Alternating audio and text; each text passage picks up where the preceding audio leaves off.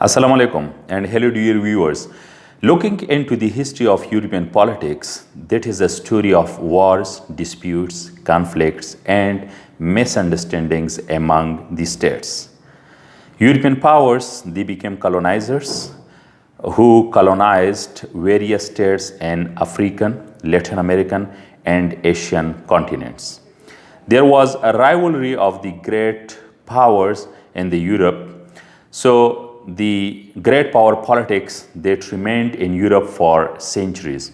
There was also the Renaissance period, the age of enlightenment, and a clash between the Christianity and liberalism. So some states and forces, they wanted to have revivalism and join conservative forces on the one hand, and some states and forces, they wanted to have progressive ideology, philosophy, and they had to join the forces of liberalism. So this thing continued, and there were alliances, the group of states, and when a state was rising and it posed a threat to the survival and security of other states, then another group had to resist it. So that balance of power remained there in the European continent. So today's topic, we have the Concert of Europe, or the Congress of Vienna system that remained for almost 100 years, I mean a century in Europe. But before that, if you have not subscribed my channel, please do subscribe it. Press the bell icon to be informed with new interesting and valuable video uploads, and also share the link of this channel with your contacts and friends. So what was the Concert of Europe? The Concert of Europe, or the Congress of Vienna system, that was there the international relations or the international politics among the European states from 1815 to 1914. 1815 is the defeat of the Napoleon. The Napoleonic Wars ended, and the victorious states, they formed a new kind of system for conduct of affairs in Europe. And this Concert of Europe, it eroded in 1914 at the outbreak of the First World War. The main characteristic of the Concert of Europe, that was the balance of power. So what is balance of power?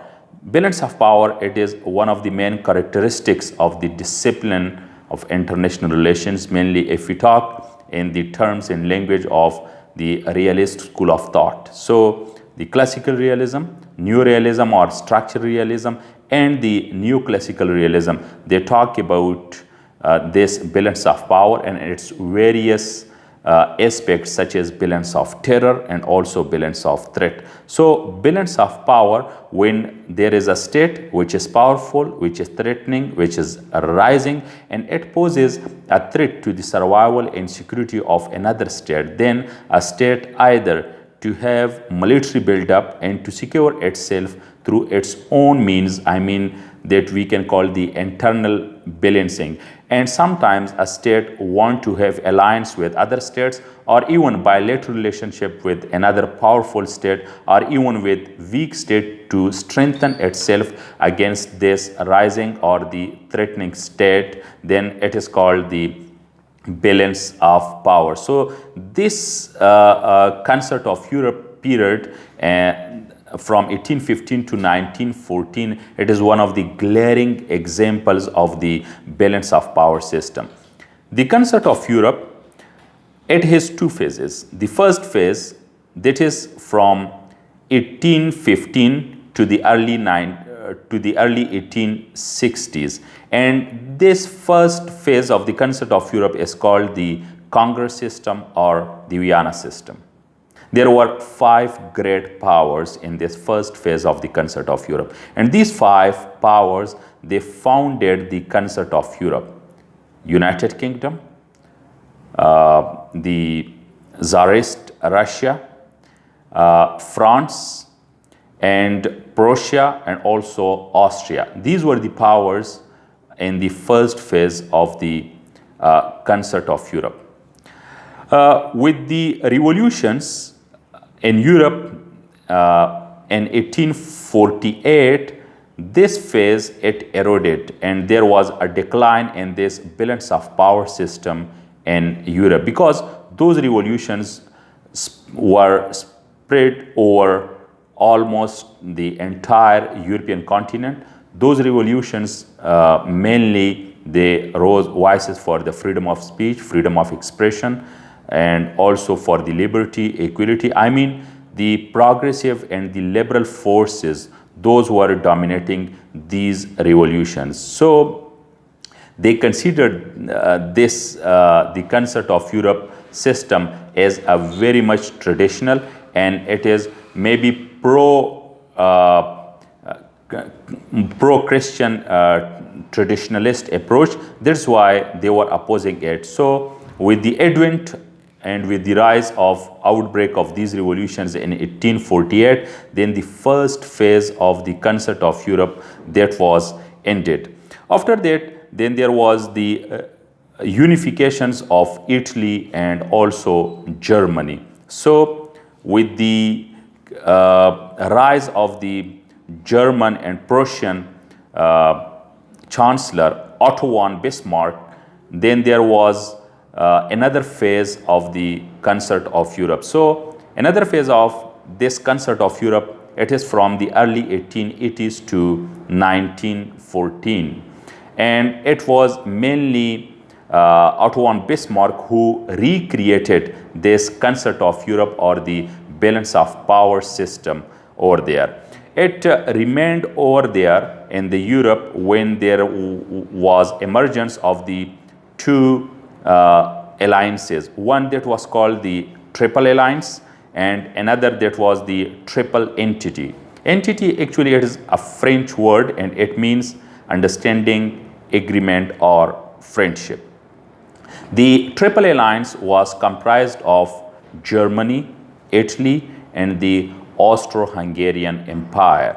And the Triple Entity that was comprised of the Russian Empire, the French Third Republic, and the United Kingdom. So there was a formal treaty for the Triple Alliance, but there was informal understanding among the members of the Triple Entity. So then these two groups of the states were mainly responsible, and these were the main rivals in the First World War.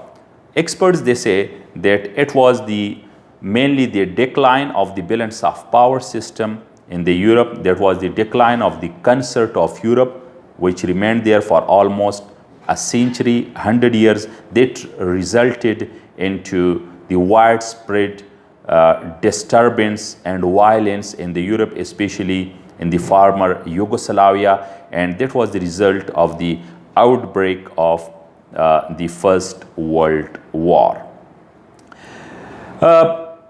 Congress of Vienna, or the system of Vienna, or if we talk in broad terms, the concept of Europe, that was an attempt just to preserve peace and have security on the European continent. So that's why later on we have League of Nations and the United Nations organizations. These two, the League of Nations and the United Nations organization, these are just, we can call it, we may say that these are the remnants of the concept of Europe, because these two systems also talk about the collective security and to preserve global peace. There was also Holy Alliance, and Holy Alliance was comprised of Prussia, Austria, and Russia, and it was founded in 1815. Actually, this Holy Alliance was anti-Napoleon, anti-France.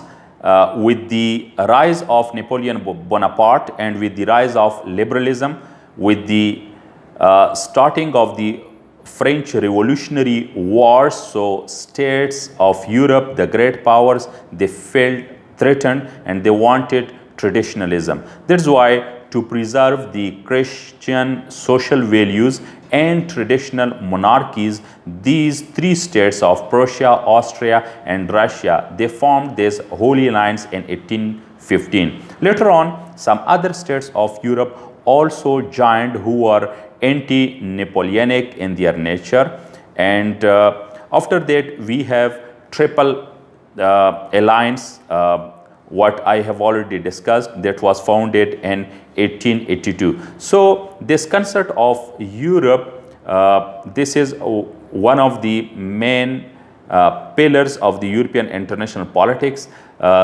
Scholars, they have too much contributed and talked about and produced a good scholarship on the concept of Europe, and they say that the decline and the weakness of this concept of Europe or balance of power system, it was the beginning of the First World War. That's why the realists, the experts, the scholars of the theory of realism in international relations, they say that balance of power, it is a break on the power politics, and yes, it worked over there in Europe, but with the decline and with the collapse of this system, then we have First World War, and also with the more nationalism, with the rise of nationalism, and with such tendencies of liberalism, then Second World War also happened, that League of Nations was not in a position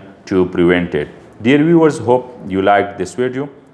We'll be coming with new interesting videos. Keep watching the channel and take care.